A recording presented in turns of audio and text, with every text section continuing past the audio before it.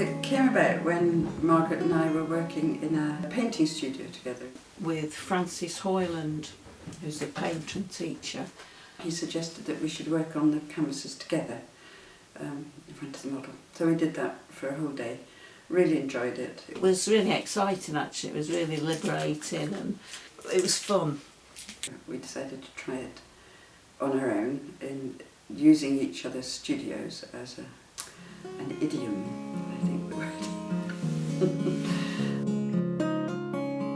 Our rooms were quite intimate for us, special for us, and they were both very different.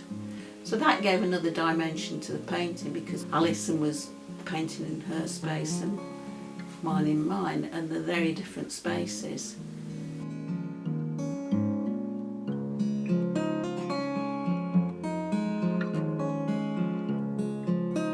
Well, the process is we both start off in our own studios, and then at some stage we contact each other and say, are you ready for a swap? We don't set a definite time, we don't say, right, in 7 days we're going to exchange. Although sometimes we do give ourselves something to aim for, but it's not set in stone.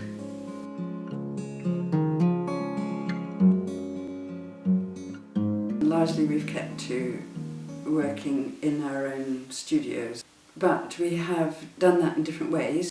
Margaret's been here and started a painting here, so she's worked from drawings that she's done here, and I've worked from drawings I've done in her studio. I find Alison's studio like a chapel-like. It's there's a sort of Buddhist, there's something really beautifully calm about it. The walls are higher and it's got less clutter. I like my own space because I think there's a lot of ideas going on. I often don't complete something, and that's Alison. I think he's very committed, starts something and completes it. I'm like a bit, whizzing all over the place, a bit frenetic, and I think the space is a bit like that. The one that she did here was really quite abstract, more abstract than we'd done before. When I painted at her studio, I included my own silhouette. That was the only painting in which there's a reference to a person, which I think is quite interesting because it was done in her studio. Oh God, this is really exciting on that level as well. We've also been up north to the Pennines, which we both know. Well, Margaret was born there and I've lived there for quite a long time, so we both know the Pennines well, so we went and worked out en plein air. And we were looking at the same subject, which we hadn't been doing before. We've been looking at each other's rooms.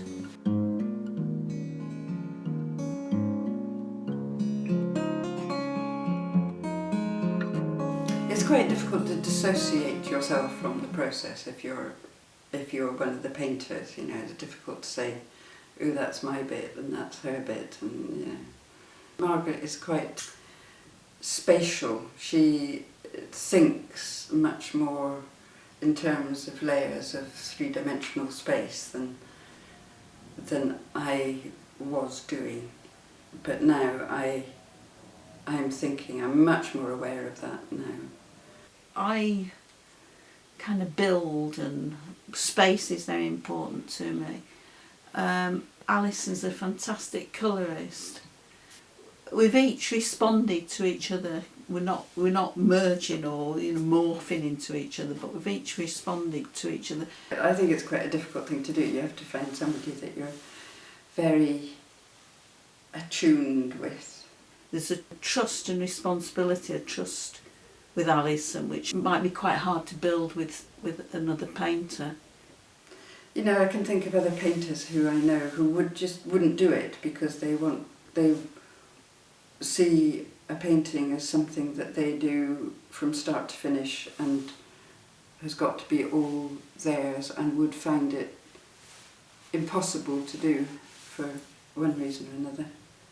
The egos are not there because you've just made something and it's out there. And I like the process in terms of art, commodity. has to be done by one person or else it's not valued. One artist has to do this. And I think it breaks through that in a quiet way, in a quiet political way. It's saying, work together. I think through doing this, I think we've learnt a lot, and we're actually displaying quite a lot of a crossover in terms of what we do.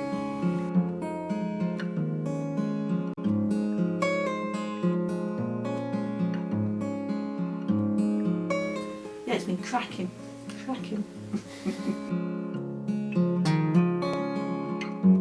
I just think it's really exciting. I love